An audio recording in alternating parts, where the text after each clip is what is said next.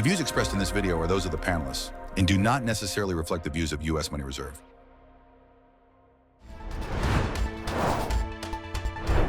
Welcome to America's Gold Authority podcast. My name is Mike Barnes. I'm your host.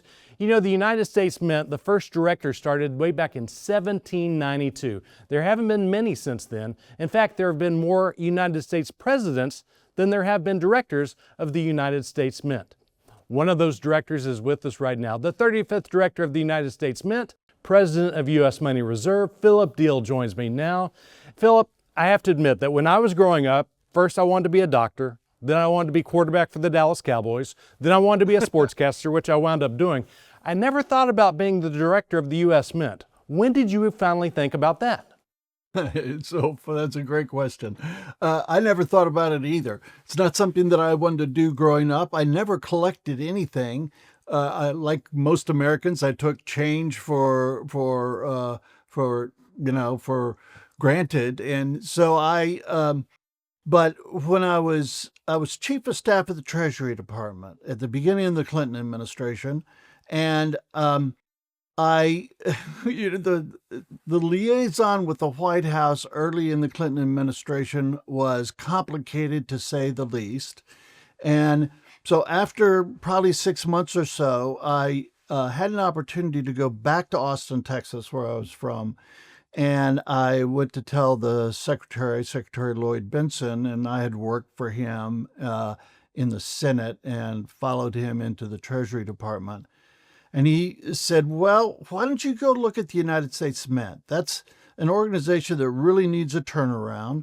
And you've always wanted to run a company. This is like a company. So why don't you go over there, spend a few weeks, and take a look at it?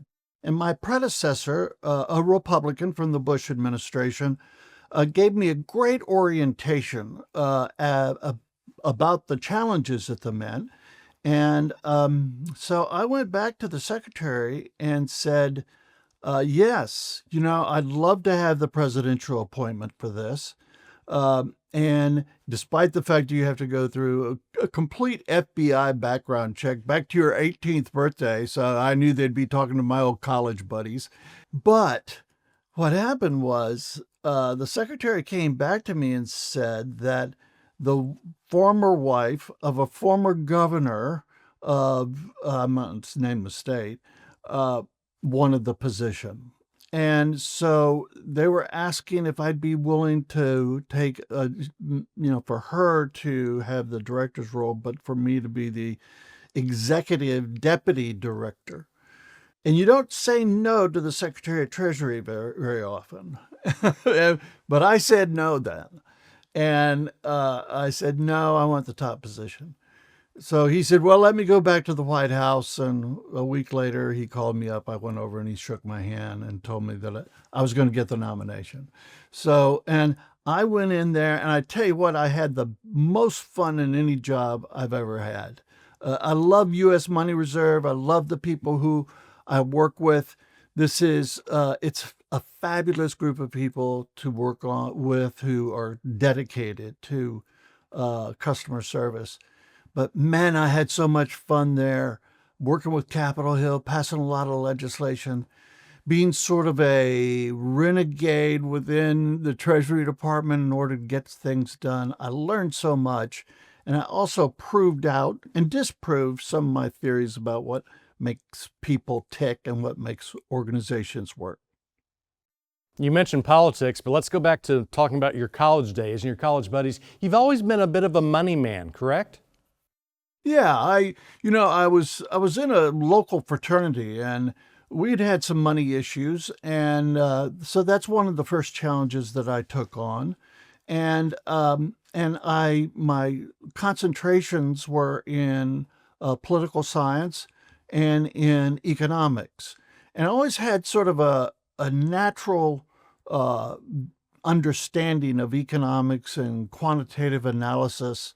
I followed that into graduate school, and one of my professional jobs, fairly early in my career, was director of telephone regulation at the Texas Public Utility Commission, and we ended up running what boils down to an antitrust case against AT&T, and I ran that case, the strategy of it, and we beat AT&T both at the administrative law level and at the commission level, and then they appealed it up to the courts, and we beat them there as well.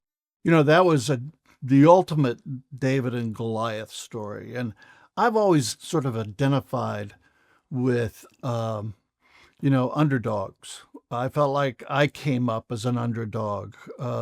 My parents owned a small motel, family-run motel in Lubbock, Texas. I was the elder son.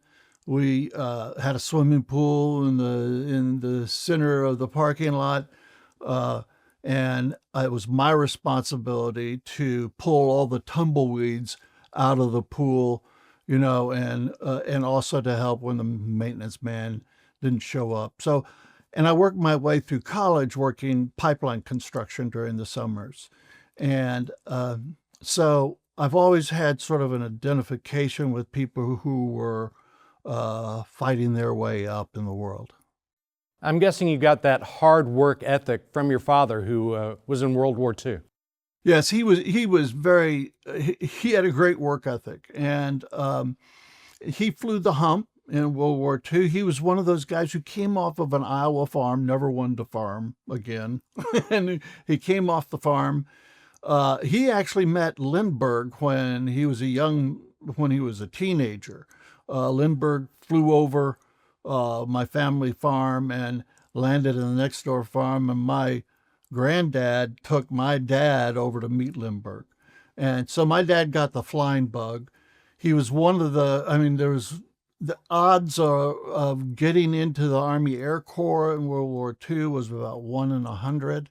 He went out for the Air Corps. He was one of those 1 in 100. He flew the hump, was awarded the Distinguished Flying Cross. I just recently received all of his medals from my brother, and so that was no doubt the peak of his career as a young man. And then he became a pilot when he came back, and he always had a great work ethic. The fact that I grew up in a motel, family-run motel, there were no desk clerks. We were the desk clerks. And so we worked 7 days a week. It wasn't necessarily all the time during those 7 days a week, but we were on call. And if the maids didn't show up or the handyman didn't show up, then we did that work. So I got a great work ethic, and then I worked pipeline construction with men who had great work ethics, who worked extraordinarily hard, and that really cemented it for me. Yeah, I think all of our lives we learn from different people, and it sounds like you learned a lot from your dad. But working for Bob Bullock, and those of you who are from the Texas area know who Bob Bullock is, but it's so much to learn from him, and I know you learned a lot from him in your early days. Yeah, I did. I was right out of college, and I'd gotten to know Bullock. I had been involved in organizing our campus, small liberal arts college, which was pretty easy. There were only really 2 or 3 of us who were doing it. And then going out into the neighboring community and organizing out there as well. And we ran into, this was early 1970s, when we ran into some opposition from the county tax collector assessor, who was the chief county election officer. And we ran into a little problem with him. So we called down to Austin. And at that time, Bob Bullock was Secretary of the State, which was a gubernatorial appointment. And so he said, boys, don't worry about it. You'll get a telephone call from him. And sure enough, the next day, we got a call from the county tax collector assessor. And he said, boys, come on down here and I'll deputize any of the people you want to help you. And so in 1973, after I graduated from college, I went down to Austin, and all the campaigns, it was a big reform year, and all the campaigns were chock full of UT students who were mobilized because of the Watergate issue. It was we were going into the 1974 election. And so, but I went, I called Bullock and said I'd like to work for him. And Bullock really wasn't very well known in the state at that time. So I went into his office, and in his office, it was me, his longtime personal secretary, and Bullock, and that was it. And there was a 5-foot panel between my desk and his desk. So I overheard every telephone call he made to all the automobile dealers and all of his county organization. And I just learned a heck of a lot. He gave me responsibilities that I really wasn't qualified, or on paper I wasn't qualified, because there wasn't anybody else to do these jobs. And I did them. He liked what I did. And later on, not immediately after the election, later on, I went to work for him in the controller's office, which is the office that he was running for. And really got an education there. Before I went off to Stanford, I got a fellowship at Stanford. And so the lure of living in the Bay Area, California Bay Area, was just too good to pass that up. But I stayed in contact. Actually, I worked for Bullock again once I came back from Stanford, and then went to the Texas Public Utility Commission before the opportunity in Washington opened up, and I went to work for Lloyd Bentsen. So I've had the privilege of working really for two of the greats from the 20th century, second half of the 20th century, from Texas. And let's go back to the Utilities Commission, and you mentioned the AT&T stuff. A lot of us who remember back then and know about the Bell split from AT&T, that was a big, big deal. Did you make a name for yourself nationally because of that?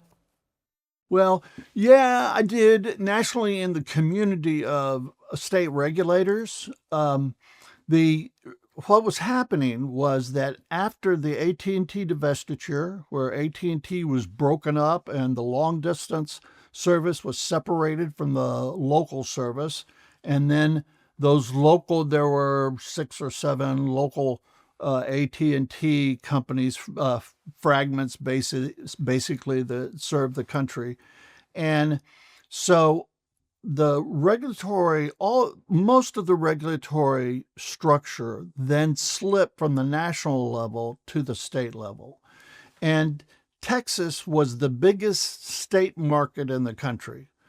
And so AT&T, we were really the first state where they went into the state legislature to get deregulated, basically, and it was a huge battle in the state legislature, and they ended up losing by a single vote, 17-16. I remember like it was yesterday, that vote on the Texas Senate floor, and what the compromise, and I was deeply involved in that legislation as the representative of the Texas Public Utility Commission.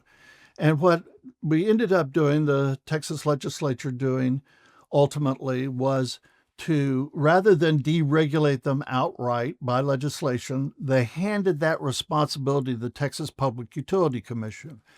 And so my point of view was that we needed to decide, look at the data, look at the facts about whether or not AT&T exercised monopoly power in the state of Texas. And that's what required basically an antitrust suit. And one of the reasons why we were able to do that was because we had built trust among their competitors. And to a degree, I'm an economic liberal. By being an economic liberal, I mean I have a great distrust in monopolies.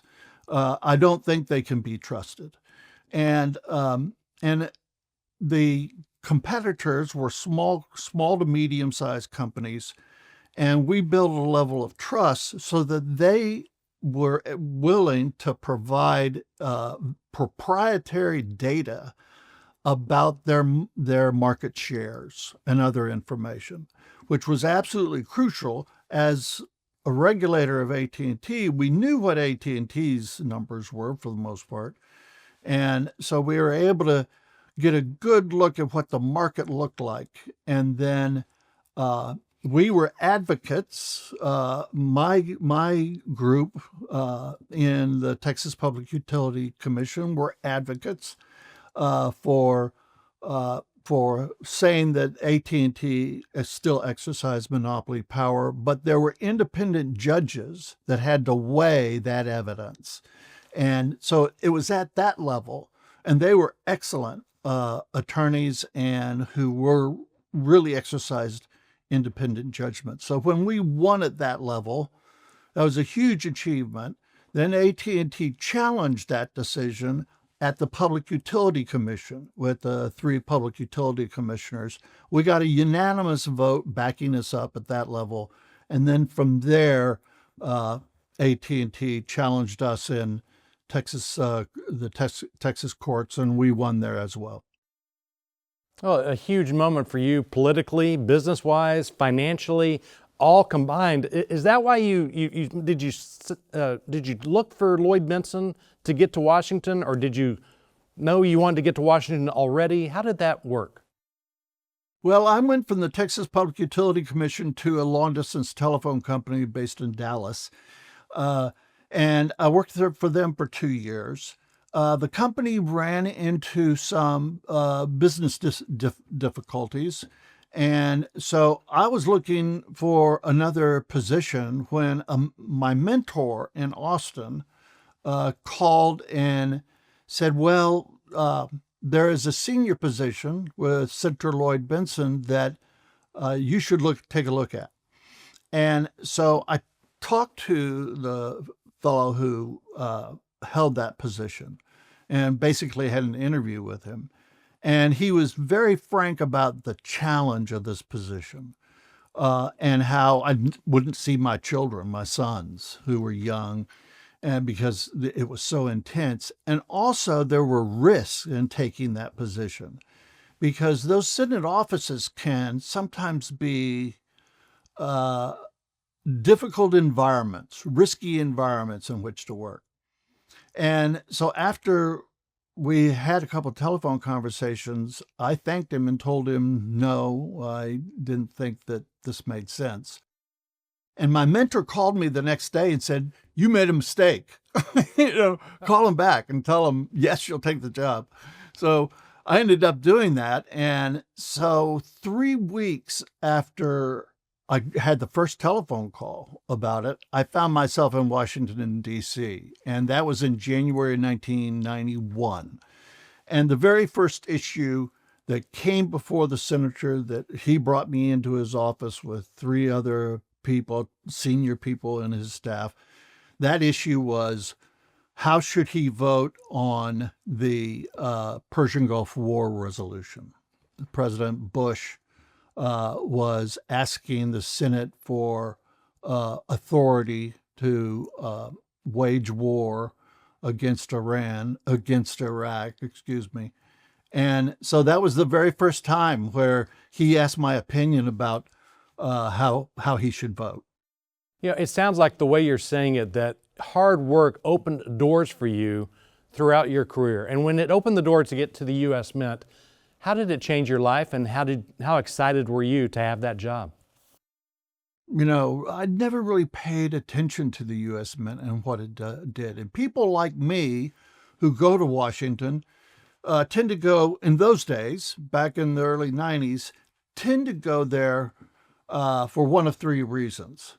One, because it's a good stepping stone into much higher pay. The second is because they're sort of political junkies, and they going to Washington, D.C. is the ultimate experience for a political junkie. And then there are people who go there to influence policy and with an agenda of what they want to do. And I was a political junkie, but I wouldn't have gone to Washington for that reason. I was certainly aware that going to Washington, working for Lloyd Bentsen, had some additional income potential, some really good additional income potential, but at the cost of spending time with my young boys and taking this risk, that wasn't sufficient. But what really motivated me was going there and making an impact on policy. Well, there's no policy making at the United States Mint. So somebody going like me, going to the U.S. Mint was a real head scratcher. But I went there because, like a lot of us who come up through the ranks in organizations, you scratch your head and say, I could run this organization better than these people do. and so I decided, well, here's an opportunity for me to prove this to myself. This is a very broken organization on all fronts. And I think a lot of people would have said, what a mess. I don't want to take that on. But I've always enjoyed challenges like that. And the stars sort of aligned. And I went over and, like I said, and took a look at it and said, yeah, I'd like to take that on. And so I went over there and, like I said, it was a lot of fun. We got a tremendous amount of stuff done. And we got a lot of attention from national business media and the national general media for what we accomplished. Well, I know you enjoyed your time there and you made the U.S. Mint very profitable, but selfishly, I think it was very profitable because of the quarters for the United States states and having the 50 quarters, because my kids loved that 25 years ago. Yeah, that's, when people say, when I tell people I was director of the United States Mint, and they say, oh, yeah, that's interesting. And then I say, yeah, and we created the 50 state quarters. That's the reaction I get is, wow, you created the 50 state quarters. That is so cool. And then, I was a kid, or my kids were so involved in that. And that involved their grandparents, because, they helped them collect the quarters. So, yeah, it was hugely popular. It was a strategic initiative. We took a look at how people entered the coin collecting business before the 50 state quarters. And we looked back, and it was very clear that in the 50s and the 60s, mostly young males, but not exclusively, but mostly young males who had paper routes or worked a cash register in a family business, they would pick the silver coins and other interesting coins that were still in circulation in those days out of the cash drawer and replace them with one of the coins that was, more recent, not as valuable or not as interesting. And so we knew that the way to rejuvenate coin collecting was to take that model and put interesting quarter designs, for example, back into circulation. And the 50 State Quarters program was inspired by that insight. Marvelous, marvelous work. I love what you did because, again, personally, my kids were involved. My parents loved dealing with my kids. So, again, grandparents helping grandkids. Yeah. So marvelous. But tell me, what did you learn there that carries you on today? What led up to initially, I opposed the 50 State Quarters program. That had been circulating as an idea for probably 20 years. And I opposed it. And I opposed it because I knew the United States Mint could not meet the challenges that would be required from doing 5 new designs a year for 10 years. It was a massive program. And, we had one design for, decades.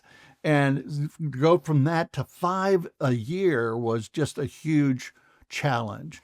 But we laid the foundation over the first couple years that I was at the Mint that led me to realize, well, we might be able to actually do this program. So I became the champion for the program. It required an act of Congress to do it. It took us a year and a half because we faced opposition at the highest levels of the Treasury Department. I worked hand in glove with a Republican. I'm a Democrat. I worked across the aisle with a hand in glove with the Republican chairman of the committee in the House of Representatives. He was a great partner in making this work. And over a year and a half, we overcame the opposition at the Treasury Department level, and were able to pass this. And so one of the things I learned was that certainly in those days, it was still possible to get things done across the aisle. And there are so many roadblocks to getting things done in Washington at all kinds of levels that you've got to find your allies wherever they are and to be able to sell the idea of the program. He was interested in the program, but I wasn't sure that I had his commitment to it until I said, because we're going to be doing 5 coins a year for 10 years, really there's only 2. We have to have an impartial way of deciding which states come first. And there's 2 options that we can think of. One is in alphabetical order. And I said, what fun is that? And there's nothing to be learned. And we were really focused on the educational aspect of this program. So he said the other way is to do it in order of the states that in which they ratified the Constitution, and then after the ratification, that they entered the Union. And it just so happened it was one of those stars that aligned. He was new as the chairman of this committee, and he was from Delaware. And Delaware is the first state. And his eyes lit up when I suggested that option because he knew it was going to be a huge program and he'd be introducing it in his home state. So, there could have been there's 435 members of Congress, could have been, and only one from Delaware, could have been any of those 435 members. And I drew that long stick of getting a really good ally. The second thing that I really learned was that even though so many of us think of coins as simply being a round disc of metal that's used to buy things, but for thousands of years, coins have been the expression of the power and the values of a country. And the royalty or Caesars or czars appeared on the face of the coin. And so I came to much better understand the power of the symbolism of coinage and the connection that people have to those symbols of power. And that's one of the things, based on that understanding, one of the things that we implemented in the 50-state quarters program is we wanted the people in each state to have a hand in choosing the design for their state quarter. And we turned that responsibility over to the governors in each state, and they had different ways of organizing how people would have an input. But then there would be 5 designs, for example, design concepts that they'd send into the Treasury Department. And then it was our responsibility to convert those concepts into designs that could actually work on the size of a quarter and work in mass production. And ultimately, the Secretary of Treasury would make the selection of the designs. A lot of work involved, but I think the stars have aligned for you to lay the foundation in so many ways and with so many different people, and now for people who want to diversify with gold. Yeah, that's exactly right. And when I left the Mint, I didn't come into the industry. I did a number of other things, and including living and working in Cairo, Egypt, and in Saudi Arabia, working for a public relations company. But when I came back to the United States, I had this affection for Austin, Texas. We had actually lived, this was the 3rd time we had lived in Austin. I was interested in coming back to Austin when, talk about the stars aligning. I got a telephone call from a friend who said, I know a company in Austin that, might be interested in bringing in a former Mint director. So I said, sure, I'd be interested in that. And so I came in and talked to the owners of the company And I said, okay, I'm really interested in doing this. Let's get to know each other. And rather than me taking a position and a title in the company, why don't we just make this a consulting relationship for a year and get to know each other? And we did that. After the year, I said, yes, I'd like to join the company. And that was 12 years ago now, maybe 13. And I've been with the company for that long and learning about the gold industry much more deeply than I had in the past.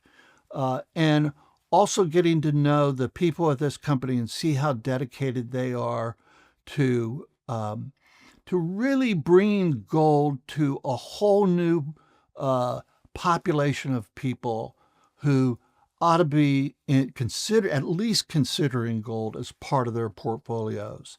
For the longest time, there was only a small segment of the American population who were interested in gold.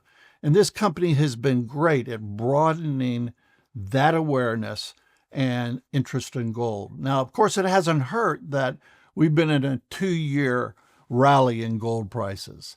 But we laid the foundation in this business for taking advantage of that rally and bull market, incredible bull market, and being ready to tell people why gold should be part of their portfolios. Well, we're glad the stars have aligned the way they have, all the way back to you cleaning those swimming pools back in Lubbock, Texas. Philip Diehl, thank you so much for all that you've done. Thank you, Mike. It's a pleasure. Well, that is all the time we have for today's episode. On behalf of all of us here in the U.S. Money Reserve Studios, thank you for tuning in. If you have any questions or you want to learn more about today's episode, you can call the number in our episode description and speak with one of the friendly account executives. They will be more than happy to answer any questions you may have about precious metals and the strategic role they can play in achieving a secure and comfortable financial future. I'm Mike Barnes. We'll see you next time on America's Gold Authority podcast.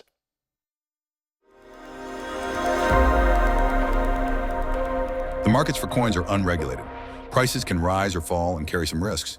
The company is not affiliated with the U.S. government or the U.S. Mint. Past performance of the coin or the market cannot predict future performance. All calls recorded for quality assurance. Offer void where prohibited.